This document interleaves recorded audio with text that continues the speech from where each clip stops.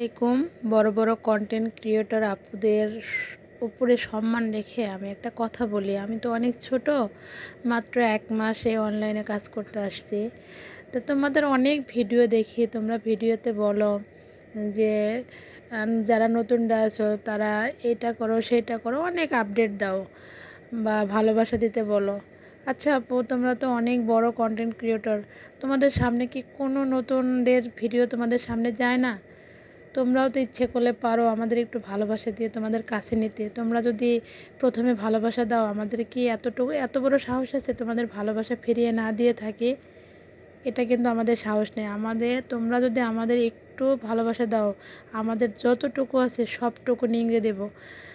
বিশ্বাস করবা কিনা জানি না, কিছু কিছু বড় বড় কন্টেন্ট ক্রিয়েটরদের আমরা যদি ফলো দেই, SMS করি, যেটাই করি না কেন, কখনো তার কোনো রিপ্লাইও পাই না।